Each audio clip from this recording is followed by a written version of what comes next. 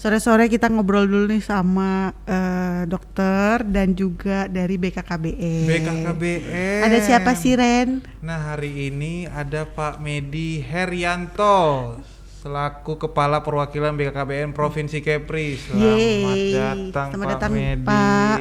Ya, Assalamualaikum warahmatullahi wabarakatuh, Tribuner sekalian. Waalaikumsalam. Selamat menjalankan ibadah puasa.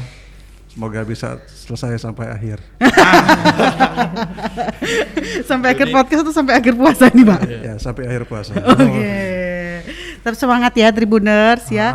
Terus ada siapa lagi siapa lagi Ren? Selanjutnya ada Dr. Retno Murti Laila, SPA ya. SPA, dokter spesialis anak RSUD Embung Fatimah. Halo dokter. Assalamualaikum warahmatullahi wabarakatuh. Para Tribuners juga Mas Ramah-ramahnya Renhat. menyenangkan anak-anak ya. Iya benar. Udah kelihatan ya kalau dokter anak nih gitu. Serasa jadi anak-anak di sini. Iya. Ren, ini yang lagi trending nih, maksudnya di beberapa tahun ini kita sering mendengar kata-kata stunting ya. Stunting. Apaan itu stunting? Stunting itu, ini kita bahas ulas tuntas mengenai stunting. Masih banyak yang belum tahu arti stunting kayak begitu-begitu. Karena ada data dan faktanya nih Kak ya. Dari 159 juta anak stunting di seluruh dunia, itu 9 jutanya dari Indonesia. Aduh. Katanya ya. Nah, tuh gimana tuh? Tapi tunggu, sebelum masuk ke yang data-data itu, kita tanya dulu, stunting itu apa? Stunting itu apa? Stunting itu apa sih, Mungkin Dok? ke dokter ya. Iya, ke dokter kali ya. Langsung ahlinya. Kalau menurut ilmu kedokteran, itu stunting itu apa, Dok? Asik. Ya, terima kasih ya sebelumnya. Stunting itu istilah pendeknya kan perawakan pendek gitu ya. Oh, perawakan Tetapi pendek. itu sebetulnya di balik itu adalah apa yang bisa terjadi dari itu adalah suatu adanya. Jadi dia intinya perawakan pendek, tetapi kan penyebabnya itu aneka ragam dan itu perawakan pendek di mana kalau secara definisi ya, jadi antara umur ya usianya dia dengan target tingginya dia itu tidak wajar. sesuai. Tidak sesuai ya. Tidak sesuai. Ya. Jadi misalnya umur anak 5 tahun dia seharusnya setinggi ini tapi dia masih kecil gitu. Ya, jadi perawakan pertumbuhan itu kan memang berkembangnya sel-sel tubuh ya, maupun juga ukurannya maupun jumlahnya itu sel-sel kan dari hari ke hari bertambah gitu kan. Nah, itu pertumbuhan seorang anak. Nah, itu juga berbagai sel seluruh tubuh termasuk juga tulang apa semuanya dan itu diukurnya adalah dari berat badan, dari tinggi badan. Nah, kalau tinggi badan, berat badannya sesuai umur berapa, tinggi badan sesuai umur berapa atau panjang badan ya kalau seandainya dia masih di bawah 2 tahun gitu. Tetapi kalau misalnya suatu ketika anak itu tidak sesuai tinggi atau panjang badan atau tinggi badannya, artinya dia sudah memasuki ke area stunting. Yang harus dicari. Tapi yang menyebabkannya apa sih maksudnya? Iya. Mungkin ya itu dulu. Kita Karena kan tanya dulu nih kalau penyebabnya. zaman waktu kecil nih ya, ada pendek bilang karena genetik segala macam. Betul. Nah, apakah semua yang pendek itu bisa dikatakan stunting, Dok? Atau ya mungkin faktor genetik memang? Karena dia dari keluarga yang tidak tinggi-tinggi ya. Iya. Gimana tuh, Dok, penjelasannya? Penyebabnya itu memang bisa dari faktor herediter atau keturunan, bisa juga dari faktor sakit, ya. Bisa juga dari faktor malnutrisi atau kesalahan di dalam hal pemberian gizi gitu ya.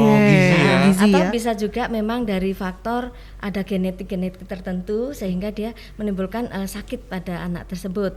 Nah itu, jadi faktor-faktor kenapa dia bisa pertumbuhannya itu terganggu, jadi perkembangan pertumbuhannya jadi terganggu sehingga dalam jangka tertentu dia larinya ke arah, memang kalau untuk berat badan itu akut ya, tetapi kalau untuk panjang badan itu sudah menginjak ke arah kronis. Jadi efek dari kemudian gitu. Tetapi penyebabnya macam-macam, makanya itu nanti memang di sini ada hal yang penyebabnya aneka ragam, atau lebih utama lagi yang banyak yang sekarang sedang kita hadapi banyak itu justru ke masalah sebetulnya intake nutrisi atau masukan makanannya yang kadang-kadang masih kurang gitu. Jadi misalnya malnutrisi lah ibaratnya. Gitu. Asupan itu gizinya asupan kali ya, gizi ya. Gizinya, Oke. Tapi kalau misalnya di Indonesia sendiri ini ke Pak Medi nih Pak. Kalau di Indonesia sendiri emang stunting ini udah seburuk apa sih? Maksudnya berarti datanya kita ini termasuk data yang tinggi nggak sih sebenarnya untuk jumlah stuntingnya? Iya gitu. Ya di Indonesia pada dasarnya masih termasuk tinggi. Jadi pada tahun 2013 sebelum trennya penanganan stunting di Indonesia, itu angka stunting di Indonesia itu 37,20%. 37,20% itu sangat tinggi sekali. Itu dari jumlah balita yang ada, balita di bawah 2 tahun yang ada. Nah, tahun 2018 itu turun menjadi 30,80%. 30,80%. Nah, tahun 2019 ini yang menjadi baseline untuk penanganan stunting di RPJMN 2020-2024 itu di angka 27,67%. Masih tinggi juga ya? Masih termasuk kategori tinggi. Nah, untuk selama 5 tahun ke depan sampai tahun 2024 Bapak Presiden mentargetkan ada targetnya. Berapa itu harus nih, Pak? diturunkan menjadi 14%. Dari 27? Dari 27,67% itu diturunkan menjadi 14%. Ini fantastis sekali. Iya, hampir. Sehingga dalam 1 tahunnya itu kita harus bisa menurunkan di angka 2,7%. Ya. Setiap tahunnya Setiap tahunnya. Ini target KPI Ren. KPI dari presiden. Iya, dan langsung dari presiden ya. Ini target secara nasional ini. Oke. Itu ada di samping stunting, target stunting itu ada juga target untuk mengatasi masalah kurus, balita yang kurus gitu kan. Itu juga balita kurus tuh termasuk dari stunting juga atau memang beda permasalahan gitu? Ya ada yang stunting, ada yang tidak stunting sih. Termasuk dulu waktu saya masih kecil juga kurus gitu ya. Tapi bukan stunting ya. Iya. Itu di tahun 2018 hasil Riskesdes itu di angka 10,2%. Iya. Nah kita ditargetkan, Bapak Presiden mentargetkan harus turun menjadi 7%. 7% dari 10? Iya. Oke, agak PR ya Pak. Agak PR. Tapi sebenarnya ini target nasional ya Pak. Target nasional. Nah kalau di Batam sendiri, Kepri dulu deh Kepri ya. Iya. Gimana stuntingnya? Ya, kalau kita tingkatnya gimana nih Pak? Apa termasuk tinggi Kalau kah? Kepri alhamdulillah di tahun 2019 Kepri peringkat kedua terendah nasional. Untuk stunting? Untuk stunting. Jadi kita Kepri 16,82%. 16,82%. Tapi urutan paling bawah. Nomor 2 terendah secara nasional. Iya. Setelah Bali, yang terendah nomor 1 terendah itu Bali. Bali ya. Bali. Kalau nomor 1-nya siapa Pak? Yang tertinggi? Iya. Tertinggi NTT. NTT. Kemudian disusul NTB. Oke. Dan kalau untuk Batam? Batam di tahun 2019 angka stuntingnya di angka 3.876. 3.876. Itu rekapan dalam 1 tahun ya Pak ya? Ya itu kondisi pada tahun 2019. Oke. Nah kalau diambil persentasenya, ya Batam termasuk kategori rendah persentasenya. Di angka berapa tuh Pak? Di angka 7%. Oh rendah ya, rendah. 7%. Yang tertinggi malah di Anambas, itu 15%. Anambas?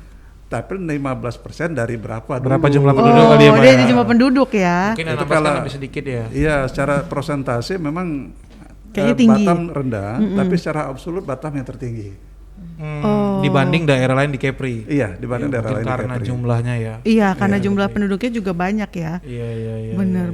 Jadi angka pembandingnya itu kan. Tapi sebenarnya jangan mentang-mentang kita rendah, dibilang rendah kita juga ini ya Jadi terlena. Terlena. Betul. Nah itu jangan Iya. mentang-mentang Batam nih kita ini jangan. Kita tetap harus ini ya Pak. Mencegah lah harus jangan kita sampai. jaga. Nah yang jadi pertanyaannya tuh Pak, apa sih sebenarnya dampak jangka panjangnya atau pendeknya kali Pak ya, sehingga si stunting ini menjadi program khusus lah dari Pak Presiden mungkin menurunkan ke setiap daerah-daerah untuk ayo kita turunin angka stunting. Apa sih urgensinya nih Pak?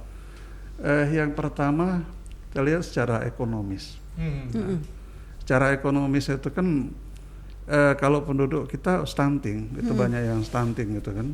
Artinya pada masa usia produktif mereka tidak produktif. Sehingga secara ekonomis kita terjadi satu untuk warga kita yang mengalami stunting tadi, itu tingkat perekonomiannya kemungkinan akan mengalami satu persoalan. Ya, jadi ini ya rendah ya. Iya. Iya. Nah, kemudian dari sisi demografis juga itu ada persoalan.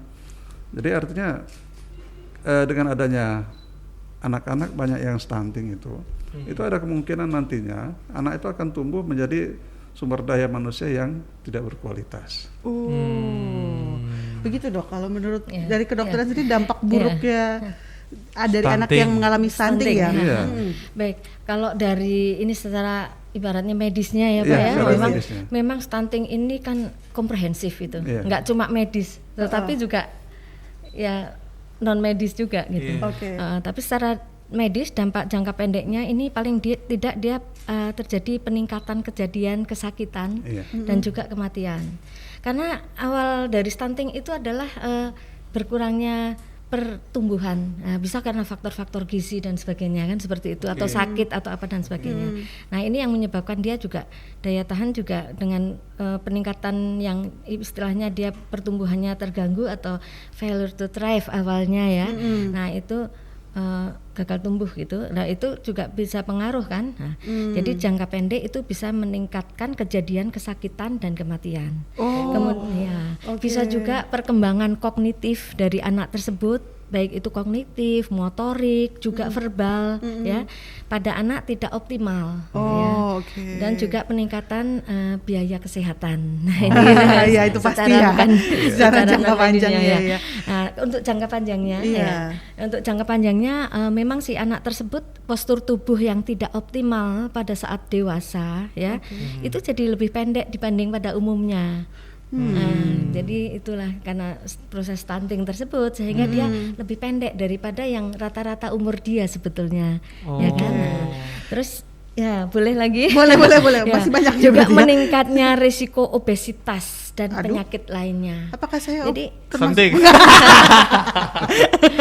Jadi kadang-kadang stunting itu bukan hanya proses yang biasa saja, tetapi ada hal yang juga terjadi karena masalah-masalah yang dia hadapi saat itu punya efek-efek gitu.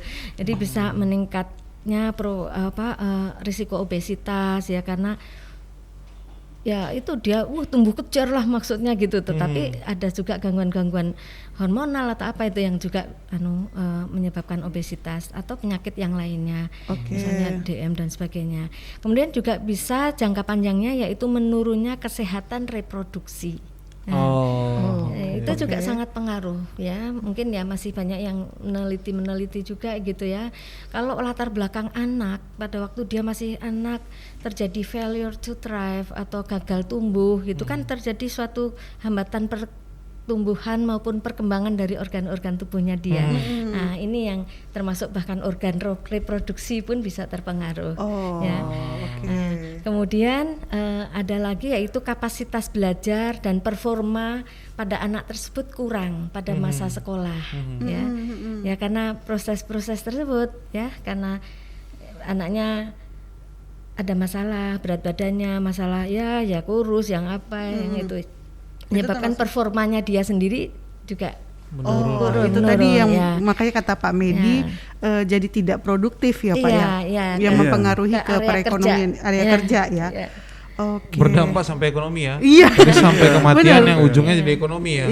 Nah pertanyaannya Ibu, bisa disembuhin nggak sih Bu stunting? Pada dasarnya memang case by case ya, tetapi banyak yang memang bisa disembuhin, tetapi belum tentu itu langsung seperti apa yang mengejar target sesuai yang bisa didapat gitu, karena masing-masing persoalannya berbeda-beda ya, jadi permasalahannya berbeda-beda juga ya inilah tergantung juga dari faktor keluarga maupun ekonomi, sosial apa dan sebagainya. Kalau misalnya mau disembuhkan dia cepat apa enggak sih? Maksudnya perlu proses yang panjang. Ya, jadi intinya kalau misalnya toh bisa disembuhin apa tidak itu ada beberapa hal. misalnya kita harus paham bahwa 1000 hari pertama itu ya, yang paling enggak 2 tahun pertama aja itu adalah pertumbuhan cepat otak seorang anak. Ya. Jadi kalau secara kognitif, secara kepandaian segala macam dia sempat mengalami hambatan. Nah itu kan masa-masa pertumbuhan otak dia jadi terganggu. Nah ini yang kita juga sayangkan, nanti mungkin pada suatu saat baru ketahuan mau tumbuh kejar, mau apa yang lain, itunya mungkin sudah agak terlambat misalnya. Nah ini juga gitu. Kalau ini kembali lagi ke masalah fisik karena kan stunting ya, lebih ke arah fisiknya. Nah itu juga seperti itu. Kalau sampai dia sudah terlanjur banyak hal yang menjadi masalah dia sehingga mempengaruhi, kan gini, kalau misalnya sampai terjadi pertumbuhannya yang sangat terganggu, maaf ya, dari asupan gizi, dari apa misalnya, dia jadi gampang sakit. Nah pada waktu sakit kadang punya efek samping. Nah efek samping itulah yang masing-masing berbeda-beda. Nah efek sampingnya dia langsung regenerasi, dia bagus, tapi ada juga yang lambat. Punya ya seperti itu. Tapi kalau misalnya dilihat nih ciri-ciri stunting itu bisa langsung kelihatan pakai kasat mata nggak sih? Saya lihat anak kayak begini. Selain pendek mungkin ya. Ini apa stunting gitu bisa nggak sih Bu, langsung dinilai seperti itu bisa nggak? Kalau secara kasat mata aja, kasat sepintas mata, aja kita ngeliat itu. Dia biasanya yang umum aja lah ya. Ini lebih pendek dari teman sejawat sebayanya ya. Nah, kan ada itu misalnya di dalam suatu sekolahan dia gaul sama temen yang satu kelas kan biasa seumuran ya. Nah, dia tuh paling kecil di sekolahnya misalnya, ataupun misalnya ini kita mulai mikirnya bukan hanya anak yang udah gede ya. Justru ya sebetulnya kita memikirkan antenatal atau prakelahiran, kemudian juga 0 sampai 6 bulan. Nah itu pun harus sudah sangat diperhatikan. Jadi 0 sampai 6 bulan secara kasat mata dia misalnya lahir 3 kilo atau 3,5 kilo gitu. Suatu ketika di posyandu atau gimana dia datang, loh kok anaknya kecil, cuman umurnya udah 3 bulan tapi beratnya cuman 3,5 kilo atau apa, naiknya kan berarti sedikit sekali. Nah itu secara kasat kan kelihatan juga, loh ini anak kecil misalnya. Itu kalau yang untuk yang bayi-bayi gitu ya. Untuk yang anak kan gitu juga secara fisiknya ya. Aku nih mau nanya nih tanpa menyudutkan pihak manapun, tapi ini dokter nih secara medis. Misalnya kita punya teman-teman yang tubuhnya itu yang nggak tinggi-tinggi loh, misalnya siapa ya contoh, misalnya kayak maaf nih Ucok Baba misalnya gitu ya. Apakah itu kategori stunting, Dok? Jadi berbadan pendek. Sebetulnya kalau secara umumnya stunting itu ada 2 hal, di mana dia yang berhubungannya itu sebetulnya dengan masalah asupan nutrisinya itu, atau dengan kondisi sakit atau yang akut tadi. Tetapi ada juga yang faktor-faktor yang lain, seperti faktor genetik, ya. Misalnya aja ada sindrom tertentu, sindrom Down, sindrom Turner misalnya. Jadi dia anaknya memang berperawakan pendek, yang seperti itu. Kemudian ada juga faktor yang lain, misalnya adanya gangguan-gangguan, maaf ya, sakit yang secara bawaan, memang dia secara kromosom itu dia memang beda gitu. Jadi ada kelainan-kelainan pada tulang. Misalnya ada akondroplasi. Jadi dia anaknya ini lahir tetapi memang ada kelainan pada tulang-tulang rawannya, akondroplasi, atau di tulang punggung ada sindaktoplasi dan sebagainya. Kita nggak ngerti seperti itu ya, bahasa-bahasa intinya yang gangguan pertumbuhan tulang. Ya, tulang itu kan kalau yang untuk tinggi kan yang di bangsa di kaki, bangsa panjang-panjangnya tulang itu. Kemudian juga tulang punggung itu kan juga penting karena dia bisa tegak, dia bisa ini kalau tulang punggungnya bagus kan. Misalnya tulang leher. Terus saya mau nanya ke Pak Medi, Pak. Kalau misalnya ini lazimnya nih orang yang maksudnya keluarga atau kelompok yang sering mengalami stunting, Pak. Apakah memang selalu terjadi di masyarakat yang ini ya kurang mampu atau memang random aja kali ya. Random aja semua bisa menyerang nih stunting ini sebenarnya. Ya stunting itu kalau dari faktanya ya Pak. Stunting itu bisa menyerang siapa saja. Mengalami stunting. Bukan hanya yang keluarga kurang mampu, tapi keluarga mampu pun bisa terkena stunting. Karena dari hasil penelitian itu ada beberapa faktor penyebab terjadinya stunting. Di antaranya yang disampaikan oleh Bu Dokter tadi. Nah, yang pertama gizi buruk. Kalau gizi buruk udah jelas kan. Iya. Nah, gizi buruk juga kan bisa melanda keluarga-keluarga yang mampu. Kalau dia tidak paham tentang masalah gizi yang seharusnya mereka konsumsi, itu juga bisa mengalami gizi buruk. Apalagi pada saat dia hamil tidak mendapatkan asupan gizi yang cukup, itu bisa menjadi penyebab dia masuk kepada kategori ibu hamil yang beresiko terkena stunting. Iya, itu bisa termasuk beresiko terkena stunting. Jadi artinya tidak hanya keluarga yang kurang mampu saja yang bisa terkena stunting, tapi yang keluarga mampu pun bisa terkena stunting. Itu anaknya nanti. Oke, nah ini ya. Jadi jangan merasa kalau makanan yang kita makan itu udah mahal, tapi ternyata gizinya bagus. Iya, itu baru dari sisi gizi. Oke. Yang kedua hasil penelitian yang dilakukan di 51 negara di dunia, faktor penyebab yang dominan itu adalah karena hamil dan melahirkan di usia yang terlalu muda. Jadi kalau di Indonesia sering dikatakan di usia anak, jadi artinya di bawah 20 tahun. Kalau hamil di bawah umur 20 tahun, iya, itu ada resiko ya, itu Pak? resiko stunting itu besar sekali. Oke, secara medisnya kenapa Bu Dokter yang bisa menjelaskan itu nantinya. Itu salah satu di antaranya. Kemudian yang kedua, hamil dan melahirkan dengan jarak terlalu dekat dan terlalu sering. Ini juga beresiko melahirkan anak stunting. Oh, cepet-cepet ya Pak Dok ya? Iya. Pak ya? Jadi ini kan bisa mengancam untuk keluarga kaya juga kan, bukan cuma keluarga miskin. Iya. Yang nikah muda kan banyak di kalangan apa? Di sekarang ini kan banyak terjadi pernikahan anak dini, pernikahan dini. Ya. Iya benar. Nah kemudian yang hamil dan melahirkan dengan jarak terlalu dekat, terlalu sering hamil dan melahirkan itu juga banyak terjadi di keluarga-keluarga kaya. Bukan hanya di keluarga miskin saja. Itu yang dominan itu ya. Iya. Itu aku banyak sih ya, ini maksudnya banyak ilmu-ilmu baru. Banyak faktor juga banyak faktor ya. Banyak faktor. Jadi pernikahan muda, pernikahan yang melahirkan jaraknya terlalu dekat, hamil melahirkan terlalu sering, kemudian kurang gizi. Nah, termasuk pola asuh yang salah terhadap anak. Nah, ini maksudnya pola asuh ini gimana, Pak? Nah, kan keluarga itu punya 8 fungsi ya. Salah satunya fungsi pendidikan. Jadi pendidikan anak itu yang utama dan pertama itu dari keluarga. Jadi belum datang dari luar keluarga. Iya. Nah, makanya keluarga harus punya keterampilan, punya pengetahuan tentang bagaimana cara mengasuh, cara mendidik anak secara baik dan benar. Jadi kalau ini tidak dimiliki oleh keluarga, baik oleh suami maupun oleh istri maupun anggota keluarga lain, ini bisa menyebabkan terjadinya salah dalam pengasuhan anak.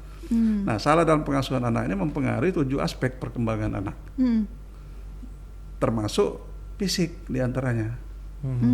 Ada motorik halus, motorik kasar, termasuk kecerdasannya. Itu akan mengalami satu gangguan. Manakala pola asuh dari masing-masing keluarga itu salah, terjadi kesalahan. Nah, Pak, sebentar. Ya. Kalau pola asuh itu kaitannya dengan bisa menyebabkan stunting kali ya. Maksudnya ini belum masuk ke ini aku sih, maksudnya di pikiran kalau salah pola asuh mungkin tidak diperhatikan atau misalnya salah kasih makanan itu atau seperti itu. Maksudnya salah pola asuh di sini tuh lebih ke apa gitu, Pak? Kalau masalah memberikan makanan itu terkait pertumbuhan, bukan perkembangan. Jadi kalau salah dalam memberikan makanan, mungkin makanan yang diberikan tidak bergizi. Itu menyebabkan pertumbuhan anak secara menjadi tidak baik, tidak sempurna. Tapi kalau untuk yang pola asuh itu bukan pertumbuhan, tapi perkembangan anak. Kan ada 7 aspek perkembangan anak itu. Pertama, motorik kasar. Jadi anak itu bisa menjalankan fungsi dari organ tubuhnya, terutama untuk gerakan-gerakan yang bebas itu yang banyak melibatkan organ tubuh. Itu namanya motorik kasar. Oh ya, misalnya sebenarnya anak umur sekian yang seharusnya sudah bisa jalan tapi dia nggak bisa. Ya, itu diantaranya. Itu termasuk pola asuh ya, Pak? Pola asuh. Motorik kasar. Kemudian ada motorik halus yang gerakan yang hanya melibatkan bagian kecil dari organ. Misalnya gini. ini motorik halus itu kan. Oke. Gini. Terus dia nggak merespon gitu ya misalnya? Iya, itu tidak dilakukan sehingga orahan-orahan itu ada yang mungkin bisa jadi tidak berfungsi dengan baik gitu kan. Oke. Termasuk mata itu kan kalau misalnya anak dari bayi itu kan hanya melihat di satu sisi itu bisa menyebabkan matanya juling gitu. Oke. Ya bisa melihat ke satu arah saja gitu. Itu yang menyebabkan bisa menjadi juling. Iya. Nah, termasuk aspek kecerdasan. Kan ada anak yang umurnya sudah misalnya 15 tahun, tapi dia kemampuannya belum mencapai umur segitu, yang seharusnya dia udah bisa gitu kan. Nah itu faktor penyebab pengaruh dari pola asuh yang salah dari masing-masing keluarga. Jadi beda antara pola asuh dengan faktor gizi. Kalau gizi pertumbuhan biar tumbuhnya tinggi dan gemuk gitu kan. Tapi kalau perkembangan pola asuh terkait dengan perkembangan. Iya, paham ya. Iya. Makanya ada tumbuh dan kembang. Tumbuh dan kembang, itu dia. Kita tahu sekarang nih perbedaannya ya. Itu dia. Aduh, ini mungkin kita berdua kan belum ini Pak, belum menikah dan belum. Tapi setidaknya jadi siap menjadi. Jadi siap. Oke. Tapi kalau stunting itu lebih pada ini apa ya, pengaruh dari faktor pola asuh dalam rangka merangsang kecerdasannya. Karena di samping secara fisik berat badannya yang tertinggal, kemudian tinggi badannya yang lebih pendek dari anak sebaya. Nah dari sisi kecerdasan, kecerdasan atau perkembangan otaknya, ini mengalami keterlambatan akibat dari pola asuh yang salah. Gitu Tribuners ya, mungkin Tribuners juga banyak nih pertanyaan yang mungkin mau ditanyakan sama Pak Medi dan Bu Dokter, silakan ya Ren ya di kolom komentarnya Facebook bisa bertanya. Langsung nanya aja, mungkin orang tua ya. Nanti mungkin ada orang tua yang nanya nih Dok, kalau misalnya dia punya anak yang mungkin terindikasi stunting, apa yang harus apa yang harus dilakukan sih Dok? Ya itu dia tadi udah disampaikan ya, memang jadi stunting ini kan faktornya tadi ya herediter ya. Terus terang kalau misalnya indikasi dia pendek, tetapi memang kita harus melihat juga tinggi orang tuanya. Jadi memang itu ada kalau jadi ada targetnya, misalnya orang tuanya tingginya berapa dihitung untuk anak laki-laki, untuk anak perempuan itu ada hitungannya sendiri. Nah itu jadi misalnya contoh anak laki-laki paling tidak tingginya tinggi badan ayah dikurangi 13 ditambah 13 tambah tinggi badan ibu gitu. Nah, kalau perempuan itu tinggi badan ayah ditambah tinggi badan ibu dikurangi 13 misalnya gitu. Ada rumusnya. Jadi memang pakai rumus, jadi kita bisa mengetahui standar anak itu ya, sebenarnya ini ya. Nah, jadi nanti itu kan kalau misalnya untuk tinggi badannya, tetapi faktor-faktor yang lain itu kan tadi apakah faktornya itu intake makanannya yang kurang ibaratnya, jadi dia masukkan gizi ini yang lebih banyak kita kejarkan dalam hal ini ya Pak ya. Betul, Bu. Ya itu tuh kan karena banyaknya yang sebetulnya miss dalam memberikan asupan gizinya. Jadi sangat sayang hal yang sebetulnya bisa dilakukan tetapi itu sampai terlewat gitu kan. Nah, jadi bagaimana cara memberikan makanan, kandungan apa, kemudian jumlahnya berapa, kemudian juga bagaimana, termasuk itu juga hubungan dengan psikososialnya. Jadi kan menghadapi si anak sendiri itu kan makan tidak sekedar masuk tercerna gitu aja, tetapi kan bagaimana sikap untuk menyuapi ataupun memberikan makan itu pun harus ada step yang betul juga gitu. Kalau salah kan akhirnya anaknya jadi nggak mau makan, nggak masuk sesuai asupan yang dibutuhkan misalnya. Itu kan efeknya ke pertumbuhan. Nah, pertumbuhan selnya tadi yang punya efek kalau jangka pendek memang berat badan, tetapi kalau jangka kemudian akhirnya berdampak pada tinggi badan atau panjang badannya. Itu yang menyebabkan istilahnya jadi stunting tersebut. Nah, jadi kalau misalnya si anak ini ternyata anak saya stunting nih, saya harus ngapain? Itu ada terapi kah atau memang harus ada ini Dok perawatan tertentu atau malah dioperasi atau apa gitu sebenarnya ya. ya biasa dilakukan pelacakan. Jadi diagnosis itulah yang di awal utama. Itu yang di awal. Ya, diagnosis itu kita tuh mendiagnosis ini anak stunting. Ukurannya kita hitung kan memang ada itu istilahnya kayak KMS ya. KMS itu kan ada grafik-grafiknya. Jadi ada grafik-grafiknya yang kita berdasarkan WHO kalau dari Ikatan Dokter Anak Indonesia ya, itu dimana dia panjang berat badan sesuai umur, kemudian panjang badan sesuai umur, kemudian perbandingan antara berat badan sesuai dengan panjang badannya dan sebagainya. Nah itu berdasarkan dari standar WHO yang kemudian juga dipakai di buku KIA dan sebagainya atau di buku kartu KMS dan sebagainya. Nah itu dari situlah kalau dilacak dia memang kita jangan sampai udah telat gitu. Karena dari awal misalnya dia naik dari 1 bulan ke bulan selanjutnya itu kan kalau grafik kan sesuai dengan ukurannya sama grafiknya, gambarnya gitu ya. Nah kalau sampai agak melenceng dikit aja itu sudah mengalami failure, artinya kan kegagalan tumbuh tidak sesuai dengan ukurannya. Nah itu kemudian bahkan ada juga yang sampai mendatar, ya. Ada juga yang sampai menurun. Nah, jadi itu ada 3 hal menurunnya pertumbuhannya dia. Nah yang bagus kan memang sesuai dengan grafiknya. Jadi naik ya, yang bagusnya. Naik, tapi kurvanya itu sesuai gitu. Jadi arahnya. Tetapi kalau sampai ada melenceng aja kita harus sudah waspada. Disitulah dari awal-awalnya sudah harus diwaspadai. Nah ketika itu sudah ada indikasi, nah itu maksudnya apa langsung dikasih gizi yang bagus kah? Adakah treatment khusus itu tadi dok? Nah setelah dilacak kita dapat mungkin ternyata anaknya ada sakit. Ya memang harus sakit pun harus diobatin ya. Ada ISPA, dia anaknya sering ISPA atau sering diare ternyata karena banyak juga hal yang di luar hanya sekedar pemberian makannya saja, tetapi anak tersebut memang ada sakitnya. Nah, termasuk juga maaf ya kalau sakit yang bawaan lahir atau kongenital anomali misalnya ya, karena sakit jantung bawaan itu juga ada yang pertumbuhannya agak terganggu ya, tapi karena dia fungsi dari jantungnya, tetapi dari situ pun juga secara optimal mesti diupayakan gizi atau apanya dikejarkan seoptimal mungkin. Ini nih apa nih Kak? Ini ada nggak ya dok, maksudnya alat tertentu yang bisa mendetek nih kalau dia stunting misalnya kan? Kalau tadi kan aku dengernya kayak jadi berarti harus didiagnosis dulu. Misalnya tes stunting, positif stunting, kata COVID ya. Iya, ada nggak atau ya hanya melihatlah berasumsi dulu di awal, baru kita berdiagnosa apa segala macamnya. Seperti yang tadi mungkin udah saya singgung ya. Jadi kita nilainya itu memang dari pengukuran. Karena itu secara fisik ya, secara fisik ya.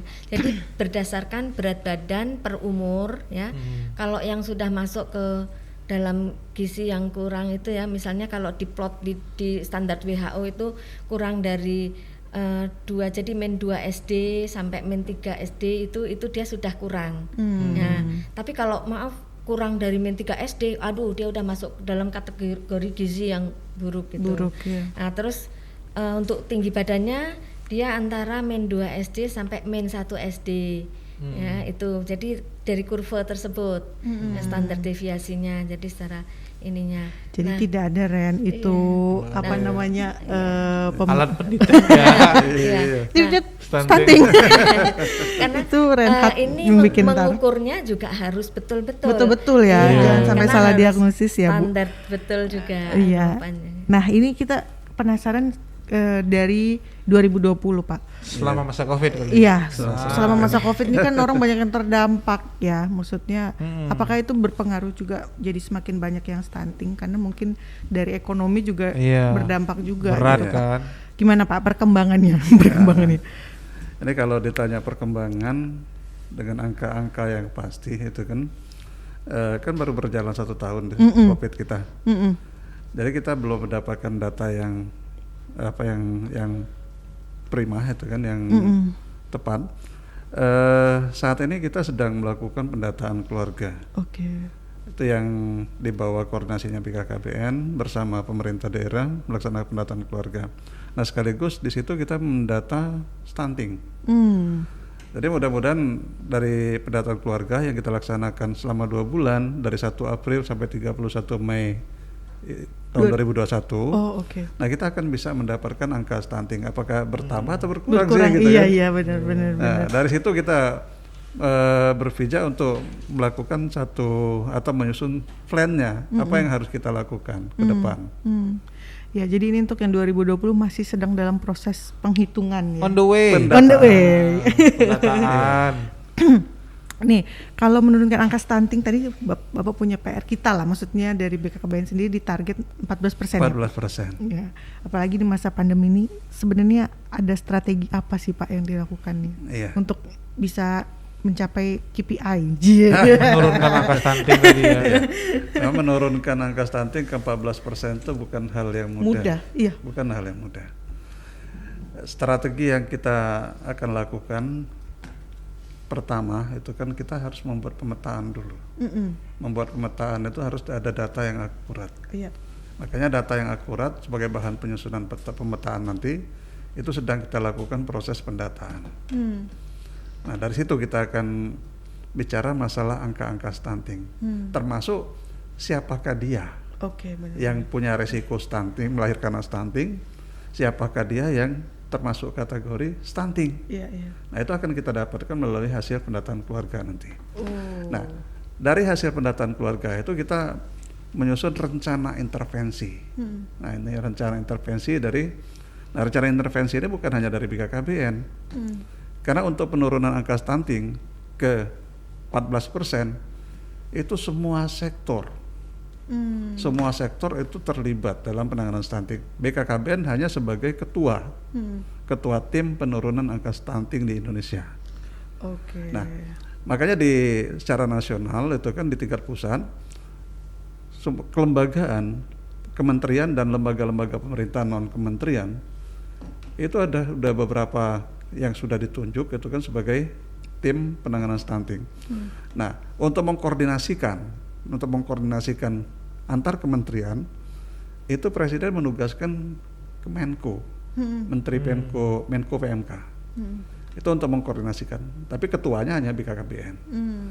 Nah, makanya semua program yang ada di kementerian dan lembaga itu dikontribusikan dalam rangka untuk penurunan angka stunting. Itu secara nasional. Nah, begitu juga di provinsi dan kabupaten kota. Nah, jadi untuk menurunkan angka stunting ini kita butuh komitmen. Komitmen dari stakeholder dan mitra kerja. Nah, kalau stakeholder itu mulai dari gubernur beserta perangkatnya, DPRD beserta jajaran, kemudian bupati wali kota, camat, kepala desa, ketua-ketua RW, ketua-ketua RT, itu kita minta komitmennya, kita upayakan untuk dilakukan penggalangan komitmen. Jadi kalau dari gubernur sampai ke ketua RT sudah berkomitmen, ini satu potensi, satu peluang yang bisa kita manfaatkan dalam rangka untuk penurunan angka stunting. Tapi tidak hanya di stakeholder itu aja atau pimpinan wilayah saja, jajarannya juga harus berkomitmen. Nah, kemudian bukan hanya dari sektor pemerintah saja, mitra-mitra non atau institusi non pemerintahan juga harus ikut. Termasuk diantaranya Tribun. Kita kan? sendiri. Kita iya. Media ya. Media. Betul. Perguruan tinggi. Kemudian pelaku-pelaku usaha atau dunia usaha. Termasuk sampai ke individu. Nah, kalau misalnya ada siapa misalnya yang punya kemampuan untuk memberikan donasi menjadi donatur itu kan dalam penanganan stunting, itu sangat kita harapkan. Jadi partisipasi dan kerjasama semua pihak itu akan sangat mendukung dalam rangka penanganan stunting, penurunan angka stunting di Indonesia. Tapi yang terpenting, ini yang terpenting. Nah, kalau yang dari pemerintah, dari swasta, itu kan sifatnya tidak permanen. Tapi yang harus kita bangun itu adalah yang permanen, yaitu kesadaran. Budaya berarti. Kesadaran dan komitmen dari masing-masing keluarga. Itu yang mesti kita bangun. Itu yang dibangun. Makanya pendekatan untuk penanganan stunting yang diarahkan oleh Bapak Presiden adalah dengan pendekatan keluarga. Jadi kalau semua keluarga udah berkomitmen, mudah-mudahan stunting itu bisa segera kita kurangin, tuntaskan. Kita tuntaskan. Nah, sampai bebas ya Pak ya. beberapa hari yang lalu itu Kepala BKKBN sudah meluncing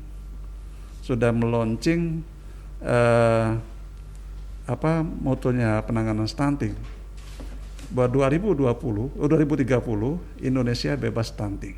Amin.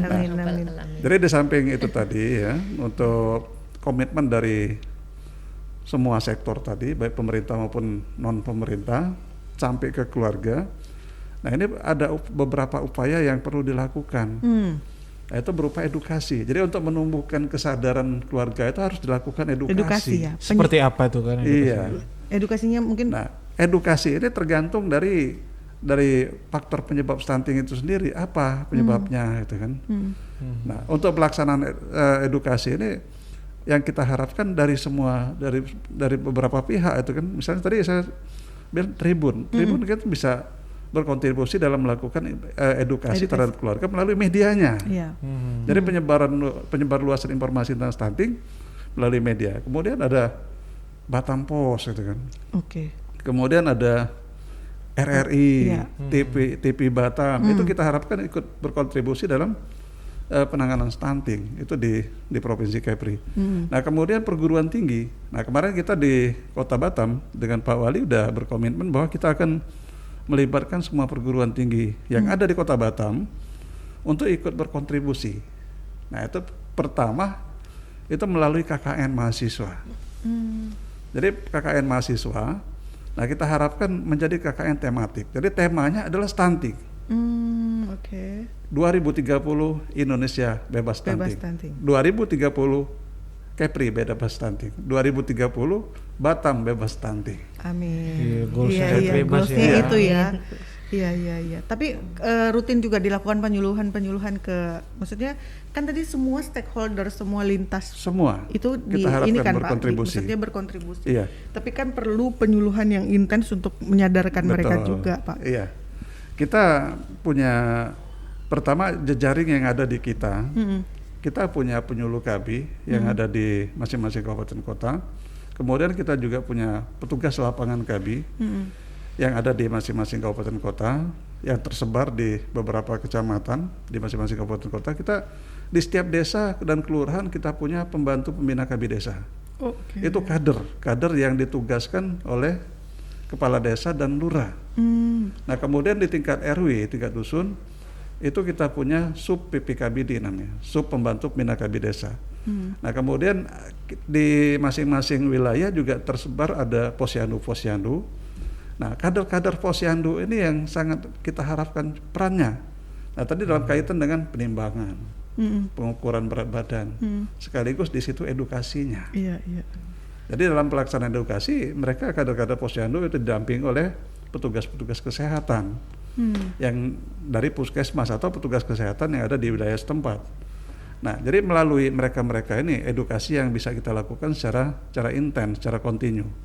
Nah, di samping itu juga kita di kesehatan, di dinas kesehatan, mereka punya bidan sampai ke desa-desa dan kelurahan.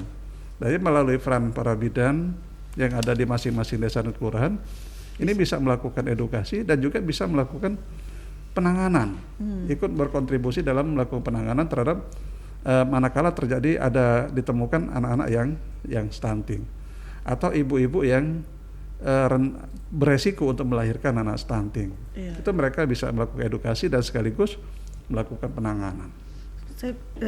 Berarti ini juga penting juga nih untuk yang pasangan-pasangan yang ini menikah, menurut saya juga penting sih. Ada tipsnya nggak ya? Siapa tahu kan, Pak berhubungan dengan ya, stunting kan? nih Pak. Apalagi berkaitan sama tadi yang pernikahan dini.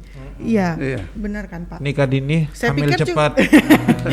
Saya pikir malah tokoh-tokoh maksudnya yang dari agama itu kan mereka suka melakukan pembinaan-pembinaan untuk pasangan-pasangan yang ingin menikah. Nah, itu juga mungkin bisa dilibatkan juga untuk Betul sekali, Bu.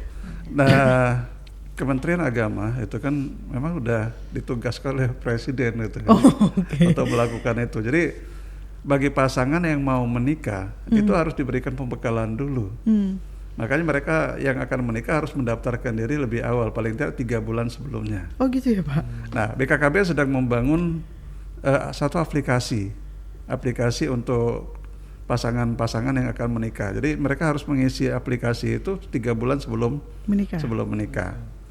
Jadi mereka akan dilakukan penilaian apakah mereka layak untuk menikah atau belum. Oh, oke. Ada studi kelayakan juga kriterianya seharusnya. apa tuh Pak? Layak tidak Iya. itu. Iya. Ya, yang pertama layak secara fisik. Oke.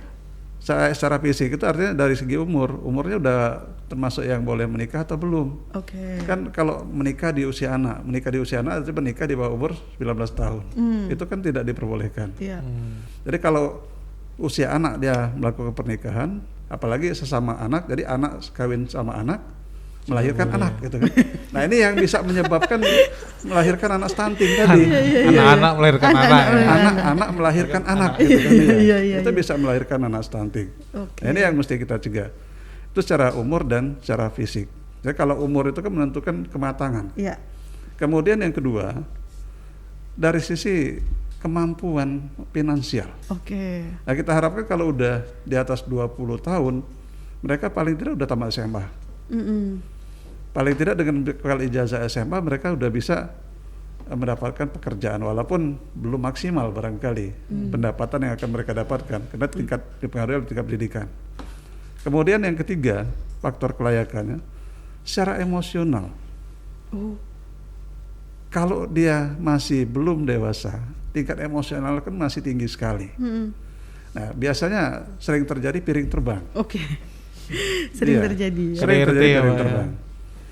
Istri minta uang, suami tidak punya karena belum punya pekerjaan tadi, akhirnya berantem. Iya, piring terbang. Piring terbang. Iya. Sudah belum mapan sisi ekonomi, dia juga emosinya masih tinggi. Ya udah, setiap hari orang tuanya menjadi penonton gitu kan. Iya. Ini sudah diberlakukan Pak aplikasi ini? Aplikasi itu sedang dirancang dan segera akan dicanangkan. Kota Batam menjadi salah satu percontohan secara nasional. Oh. Iya. Berarti besok nikah di Batam agak sedikit ini ya, banyak kriterianya ya. Banyak kriterianya. Harus bikin isi dulu ya. Iya. Tapi bagus, itu demi kebaikan ya. Faktor aja jangka panjang. Bukan hanya untuk menjadi Kapolri aja studi kelayakan, tapi menikah pun mesti ada studi kelayakan. Iya. Karena ini kalau boleh ini ya menambahkan sedikit. Ini kebetulan saya bertugas di RSUD Embong Fatimah. Iya. Nah, di situ ini banyak bayi yang datang atau dirujuk ataupun ibunya melahirkan dalam kondisi emergensi.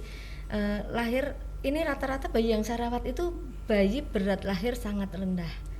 Bayi berat lahir rendah.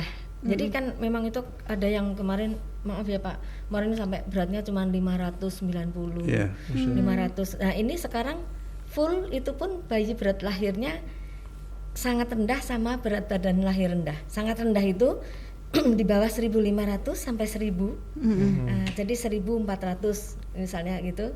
Kemudian bayi berat lahir rendah itu di atas 1.500 sampai di bawah 2.500 gram. Ya, nah ini sedang seperti itu. Nah kebanyakan seperti yang Bapak sampaikan memang mesti banyak yang banyak yang juga ada problem-problem dalam hal dalam hal ini sehingga itu menunjang untuk terjadinya stunting. Karena apa?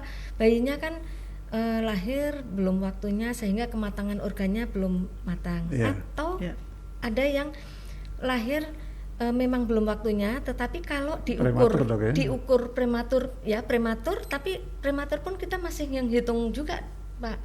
Jadi prematur itu apakah dia kematangan atau ukurannya dia sesuai dengan umur dia di dalam kandungan, atau dia mengalami hambatan pertumbuhan juga di dalam kandungan, atau IUGR, intrauterine growth retardation, atau pertumbuhan janin yang terganggu, itu juga banyak.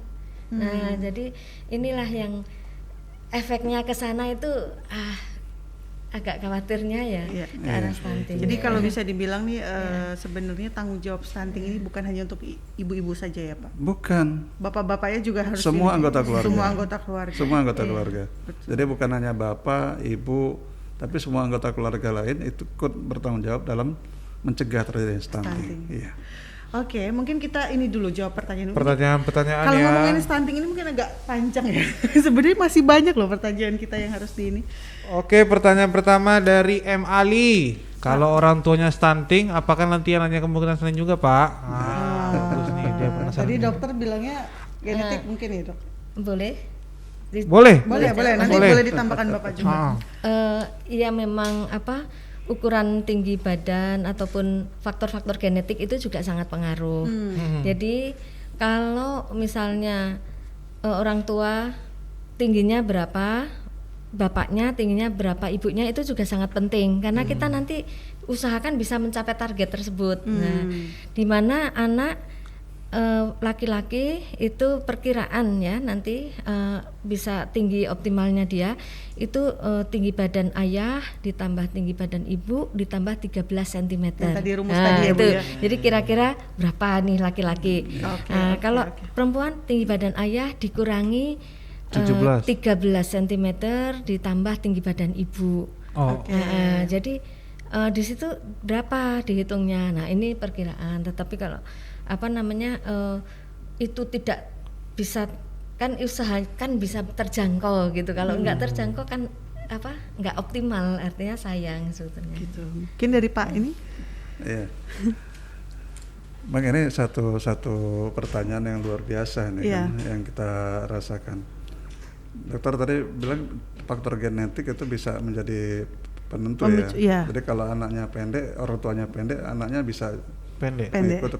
Iya. Ini pernah terjadi, saya temukan di Kalimantan Utara, Bu, dari salah satu suku Dayak. Di situ pada tahun 2018 pertama kali penetapan wilayah sasaran penanganan stunting di desa Kabupaten Malinau. Itu ada satu desa penduduknya pendek-pendek semua, tapi mereka kuat-kuat. Jadi artinya dalam rangka menjawab tadi kan, apakah pendek itu stunting? Tidak selalu kan gitu kan. Jawabannya tidak selalu. Jadi faktor genetika itu bisa berpengaruh terhadap anak gitu kan. Tapi bisa juga tidak. Kenapa saya katakan tidak selalu berpengaruh? Pada waktu saya sekolah dulu, ini pengalaman ya. Kisah nyata ini. Kisah nyata. Bapaknya pendek. Hanya 155 tinggi badannya. Ibunya juga pendek, 150. Tapi anaknya di atas 170. Rata-rata di atas 170. Jadi artinya faktor genetika itu tidak selalu menjadi faktor penyebab. Kalau kita lakukan uji berdasarkan fakta kan. Iya. Nah, jadi begitu juga kalau orang tuanya stunting, ya belum tentu anaknya juga stunting. Kan? Iya. Jadi perlu dia didiagnosis tadi itu ya, Bu ya. Perlu pengecekan. Hitungan itu pun juga kan plus minus. Jadi kita kan bisa yang plusnya itu jauh dari orang tuanya justru. Iya, jadi dia ada plus minus 7. Jadi dia di atas itu dia bisa mencapai yang optimalnya gitu. Tapi yang saya mau tanyakan sebenarnya ada satu, Pak. Yang dewasa yang setelah 2 tahun, 3 tahun, mesti 5 tahun atau yang mungkin udah gede-gede bisa terkena stunting juga nggak sih, Pak, sebenarnya? Setelah 1000 hari ya tadi ya. Itu bisa terkena stunting juga. Kan Bu Dokter. Ya, jadi memang istilahnya kalau 1000 hari itu kan masa emas gitu ya. Tetapi sampai besar pun ya bisa.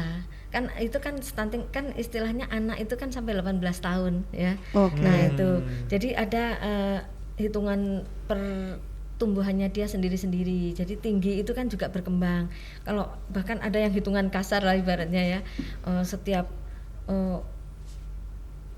sekian ya pokoknya kalau idealnya saya tetap ngomong idealnya aja. Idealnya aja pakai kurva karena kurva itu ada di mana-mana, ada di posyandu ya. Itu beredar sudah dicetak di buku kesehatan ibu anak dan sebagainya. Nah itu. Nah, kalau yang untuk yang anak yang lebih besarnya 5 tahun lebih dan sebagainya bisa juga dia mengalami, kalau dia mengalami hambatan dari gizi atau apa atau mungkin ada sakitnya. Nah, ini tergantung makanya. Tetapi kalau stunting yang kita bahas ini memang istilahnya kita di luar dari yang memang tidak bisa yang bukan karena faktor kelainan atau karena faktor sakit yang memang betul-betul spesial gitu. Nah, itu beda. Tetapi kalau memang dia karena faktor-faktor gizi, karena faktor-faktor pola asuh, karena faktor-faktor kesehatan dan sebagainya, ini yang memang lebih jarang tetapi bisa gitu. Jadi sayang. Jadi itu pun kita harus perhatikan kesehatan mereka. Iya, gitu. Jadi sebenarnya mungkin ada orang tua yang mungkin di umur dia dari 0 bulan sampai 5 tahun dia merasa aman, anak saya tumbuhnya masih normal nih Pak. Tapi ketika di 5 tahun mungkin dia udah mulai ini nggak memperhatikan anaknya, dan seperti itu bisa kena stunting juga. Iya, jadi gini, jadi anak itu bisa kena stunting atau tidak itu kan ada program 1000 hari pertama kehidupan. Nah 1000 hari pertama kehidupan bukan berarti dihitung sejak lahir, bukan. Oh oke. 1 hari pertamanya itu dihitung sejak dinyatakan dia hamil. Karena sudah hidup ya Pak ya? Iya, sudah ada kehidupan di situ kan. Oke. Sejak dinyatakan dia hamil, maka mulai dihitung 1 hari pertama. Sampai anak itu umur 2 tahun. Iya. Ya. Jadi artinya di dalam kandungan dia selama 9 bulan 10 hari. Nah, ditambah dengan selama umur 2 tahun sampai umur 2 tahun. Itu 1000 hari kehidupan pertama itu. Nah, selama 1000 hari kehidupan pertama ini menjadi faktor, menjadi barometer gitu kan. Nah, yang pertama, apakah si ibu selama dia hamil itu mendapatkan asupan gizi yang cukup atau tidak? Jadi kalau dia tidak mendapat asupan gizi yang cukup, secara otomatis anaknya nanti janinnya tidak mendapat asupan gizi yang cukup. Nah, ini termasuk kategori ibu yang beresiko untuk melahirkan anak stunting. Itu baru dari proses kehamilan. Nah, kemudian setelah anak dilahirkan, seperti yang tadi bilang, waktu lahir normal. Iya. Artinya pada waktu dia dalam kandungan mendapat asupan gizi yang cukup. Iya. Tapi kan setelah dilahirkan, si ibu mungkin karena kurang begitu paham tentang masalah gizi dikiranya cukup dikasih susu botol gitu kan, sehingga tidak memperhatikan gizi faktor-faktor yang lainnya, sehingga anak itu bisa menjadi anak yang kurang gizi. Jadi sejak lahir sampai umur 2 tahun asupan gizi itu memang harus betul-betul diperhatikan. Makanya sangat dianjurkan. Nah, ini sangat dianjurkan, bahkan sangat diharapkan seorang ibu bisa menyusui anaknya sampai umur 2 tahun. Kan dalam Al-Quran juga disebutkan bahwa menyusui anak itu sampai umur 2 tahun. ASI eksklusif. ASI-nya harus diberikan ASI sampai umur 2 tahun. Karena asupan gizi yang ada di ASI itu yang cukup baik gitu kan untuk pertumbuhan anak. Nah, makanya si ibu selama menyusui dia harus mendapat asupan gizi yang cukup. Setelah si anak perlu mendapatkan makanan tambahan, ini sebenarnya dokter ya. Setelah harus mendapatkan asupan makanan tambahan, nah di sini gizi-gizi yang harus diperhatikan oleh masing-masing keluarga. Tapi kadang-kadang ini yang mungkin karena tidak paham, atau mungkin karena faktor ekonomi, atau mungkin faktor malas. Iya. Nah, ada faktor malas itu ada juga, ada kan? Ya? Sehingga anak yang tadinya lahir normal, karena kurang diperhatikan asupan gizi, kemudian kurang mendapatkan pola asuh yang benar, ini bisa menyebabkan terjadi stunting. Kan banyak, wah cantik sekali waktu lahir, ganteng sekali, dengan tubuh yang gempal itu kan. Tapi pas setelah perjalanan waktu, anak itu mengalami satu gangguan, satu masalah-masalah, sehingga pertumbuhannya menjadi tidak maksimal. Berarti yang krusial itu benar-benar 1000 hari kehidupan itu. 1000 hari kehidupan pertama. Itu masa emas kata dokter tadi. Masa emas. Periode emas. Gitu. Ya. Ibu-ibu dan calon ibu-ibu yang perlu diperhatikan di 1000 hari ke. Waduh, udah. Oke, nggak apa-apa, kita jawab dulu nih. Nanti kita dihujat netizen. Dev, Pak, perbedaan kurang gizi dan stunting apa ya? Kan sama ya, kurang gizi apa bedanya, Pak?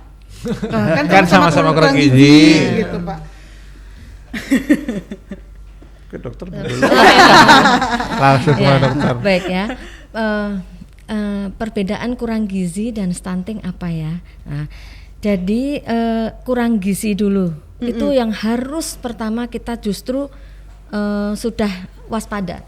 Karena dengan ukuran-ukuran dia yang kurang ya, belum sampai dia efek ke stunting. Gitu. Nah, jadi misalnya kurang gizi itu kan tadi harus lihat grafiknya. Jadi sesuai umurnya, jadi dia berat badan naik itu harus sesuai dengan pola dari grafiknya. Nah itu. Jadi kalau dia sampai misalnya tadi apakah dia pemberian makanannya yang salah atau kurang atau banyak faktor lah yang intake kalori, protein, lemak, dan multivitamin, kan ada makronutrien dan mikronutrien ya. Jadi makronutrien itu karbohidrat, kalori ya, itu kemudian protein, kemudian lemak. Dan mikronutrien jangan lupa karena itu kandungannya multivitamin dan juga mineral dan juga dibutuhkan air. Nah, itu kan gizi ya. Nah, kalau dia asupan dari seseorang itu kurang, itu juga mempengaruhi pertumbuhan dari sel-selnya, dari apa semuanya yang sehingga dia larinya ke tadi failure to thrive atau gagal tumbuh, atau mengalami suatu gangguan pola dari pertumbuhannya dia. Nah, dia bisa masuk kriteria ke kurang gizi ya. Nah, kurang gizi ini aneka ragam memang. Kurangnya di bidang mana? Ya, karena apakah dia kurang gizinya karena pola yang salah juga bisa. Misalnya seseorang yang dikasihnya itu karbohidratnya aja gitu, tapi dia nggak memberikan protein atau kadang ada yang seperti itu. Jadi dia malahan pantang terhadap lauk pauk, padahal kita kaya raya ikannya ya Pak ya. Nah, misalnya ataupun apa, nah itu sehingga hormon ataupun apa ya fungsi-fungsi organ ataupun apapun sangat perlu protein juga. Terus juga lemak ya. Tadi makanya jadi kalau kurang gizi dalam bentuk lemak. Nah, itu juga dia masa pertumbuhan otak cepat itu 2 tahun pertama. Dan itu dari dalam intrauterin ya, dalam kandungan itu pun sudah berproses. Nah, kalau sampai kurang lemak segala macam, pertumbuhan otaknya terganggu. Jadi nanti larinya begitu keluar dikejarkan karbohidrat, kejarkan protein. Oke, badannya mungkin oke, tetapi kepandaiannya dia dari pembentukan otaknya yang kurang misalnya itu juga sayang. Nah ini gitu. Ya, jadi pada dasarnya jadi kurang gizi itu kalau dari sisi antropometri atau pengukuran ukuran tubuh ya itu memang ada kriterianya. Jadi kita kurang gizi karena ada faktor-faktor gizi yang dia kurang masuknya itu apakah pemberiannya yang kurang atau pemberiannya yang salah komposisi atau penyerapannya si anak yang juga terhambat karena bisa saja ada hambatan di masalah diare atau mungkin penyerapannya dia alergi atau apa dan sebagainya, ada banyak faktor itu juga. Nah, kalau yang stunting itu efek dari kurang gizi yang jangka lama sehingga larinya mengalami gagal tumbuh dan dia larinya ke tinggi badan. Nah, itulah yang puncaknya adalah tinggi badan dia jadi dia pendek. Berarti kurang gizi belum tentu stunting, stunting sudah pasti kurang gizi. Ya. Gitu ya kurang gizi. bisa. Meskipun penyebabnya juga ada banyak yang faktor yang lain. Tapi kalau dari faktor nutrisi seperti itu. Ya. Oke, pertanyaan terakhir mungkin dari Ganesha Gana. Apakah BKKBN juga bekerja sama dengan Posyandu untuk memantau stunting dan apakah stunting ada dalam pantauan kohort? Nah, ini Pak Budi langsung. Kohort. Iya. Sebenarnya ini sudah dijelaskan oleh Bu Dokter tadi. Iya. Jadi di Posyandu itu kan itu merupakan satu wadah yang dikelola oleh masyarakat untuk masyarakat. Jadi dari masyarakat oleh masyarakat dan untuk masyarakat. Itu Posyandu. Nah, Posyandu ini dibina oleh yang namanya Pokja. Pokja Posyandu. Okay. Nah, BKKBN salah satu Pokjanya, anggota Pokja Posyandu. Nah, dalam kaitan dengan pemantauan stunting, memang Posyandu itu merupakan tempatnya, salah satu tempatnya. Karena di Posyandu itu anak dilakukan penimbangan, anak ditimbang, sehingga tahu berapa berat badannya. Kemudian anak diukur tinggi badannya, berapa tinggi badannya. Nah, ini dituangkan dalam grafik yang ada di KMS. Nah, ini tadi sudah disampaikan oleh Bu Dokter. Ya, tadi kartu menuju sehat. Ya. Nah, sehingga dibandingkan antara berat badan dengan tinggi badan, ini normal nggak? Apakah berat badannya sesuai dengan umur? Apakah tinggi badan sesuai dengan umur? Nah itu yang diukur. Itu yang diukur melalui menggunakan KMS di posyandu. Sehingga di situ kalau misalnya terjadi miss itu kan terjadi atau errornya antara tinggi badan dengan berat badan. Nah ini yang kata Bu Dokter itu harus dilakukan hipotesa itu kan, harus diagnosa ya. Dilakukan diagnosa. Apakah anak itu akan termasuk kategori stunting atau tidak gitu. Betul. Kan? Iya. Itu yang kaitan antara BKKBN dengan posyandu dalam kaitan dengan pemantauan stunting. Kohort tadi itu maksudnya apa ya Pak? Pantauan kohort ya? Ya saya kira itu termasuk kategori pencatatan ya. Oh oke. Pencatatan. Oke. Sudah selesai pertanyaannya. Sebenarnya mungkin masih banyak yang bertanya, tapi waktu kita ini sudah habis ya, sudah lebih 1 jam 5 menit. Sepertinya harus ada episode kedua ya. Iya masuk. Episode lanjutannya. Iya kayaknya banyak juga. Ini dari kita aja masih ada pertanyaan-pertanyaan yang tidak bisa dijawabkan. Maksudnya belum sempat dijawab ya, tapi nggak apa-apa. Mungkin nanti akan ada episode kedua ya, dokter dan dari BKKBN. Ya saya kira memang ditunggu. Harapan pemerintah tadi bahwa peran media dalam rangka untuk menyebarluaskan informasi terkait penanganan stunting. Iya betul. Jadi termasuk salah satunya Tribun yang kita harapkan. Iya. Jadi melalui radio broadcastnya ini maupun melalui media-media elektronik dan media cetaknya. Siap Pak. Oke. Tentang bagaimana memberi makan ke anak segala macam itu juga mesti penting juga edukasi. Mungkin ada kesan lah maksudnya untuk dari Pak pesan. Untuk Tribuners yang mungkin yang mau nikah, ibu-ibu yang sedang hamil atau mau hamil ya terkait stunting untuk pencegahan stunting ini nih. Baik, ini pesan yang ditujukan kepada para Tribuner. Pertama bagi yang mau nikah, nah ini agar memperhatikan beberapa persyaratan agar tidak terjadi persoalan setelah masuk ke kehidupan berkeluarga nanti. Yang pertama jangan menikah di usia muda. Jadi kurang dari 19 tahun. Oke. Kemudian menikahlah setelah mendapatkan penghasilan yang layak. Baik. Atau bisa punya penghasilan yang tetap sehingga bisa membiayai kehidupan berkeluarganya nanti. Nah kemudian yang ketiga rencanakan kehamilan dan kelahirannya. Jadi kapan pengen punya anak, kalau kapan pengen punya anak artinya ya setelah umur 20 tahun ke atas. Kemudian berapa jumlah anak yang diinginkan? BKKBN mengajak kita semua, para Tribunan semua, bahwa berencana itu keren gitu. Jadi semuanya harus direncanakan dengan baik. Berapa jarak anak yang satu dengan yang berikutnya juga harus direncanakan dengan baik. Mudah-mudahan dengan pernikahan itu bisa melahirkan anak yang sehat, anak yang berkualitas dan terbebas dari stunting. Nah kemudian tidak kalah penting lagi untuk para Tribuner yang akan menikah, galilah pengetahuan yang sebanyak-banyaknya terkait tentang apa yang dibutuhkan untuk memasuki jenjang kehidupan berkeluarga. Nah, kepada ibu-ibu yang sedang hamil atau yang akan hamil, dapatkan informasi tentang masalah asupan gizi yang seharusnya didapat selama kehamilan, konsumsi makanan-makanan yang bergizi agar anaknya terhindar dari stunting. Nah, kemudian kalau anaknya sudah lahir nanti, agar diperhatikan terutama dari sisi dua hal. Pertama dari sisi asupan gizi untuk anak. Asupan gizi untuk anak ini kan pertama melalui ibu. Semasa dia harus ASI eksklusif. Tapi setelah perlu mendapatkan makanan tambahan. Nah ini kita harapkan perhatian dari keluarga terkait dengan gizi yang harus dikonsumsi oleh anak.